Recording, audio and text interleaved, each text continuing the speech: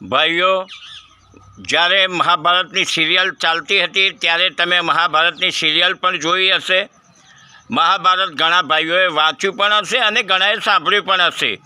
પાંડવોને હજારો દુઃખ પડ્યા છે, પરંતુ તેમને કોઈ દિવસ કોઈ ભુવાઓ જોડે વેણ વધાવો કરાવ્યો નથી. ભાઈઓ, હજારો દુઃખ પડવા છતાં તેમને કોઈ દિવસ તેમના હાથ જોશી સામે લાંબો કરીને હાથની રેખાઓ બતાવી નથી.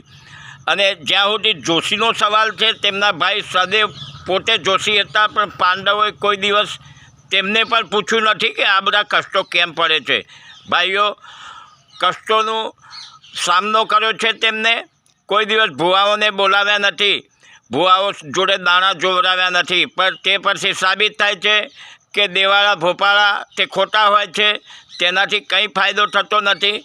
પરંતુ અંધશ્રદ્ધાળુ માણસો છેતરાય છે અને ભુવાઓ તેનો લાભ ઉઠાવી અને તેમને દુકાન ચલાવે રાખે છે.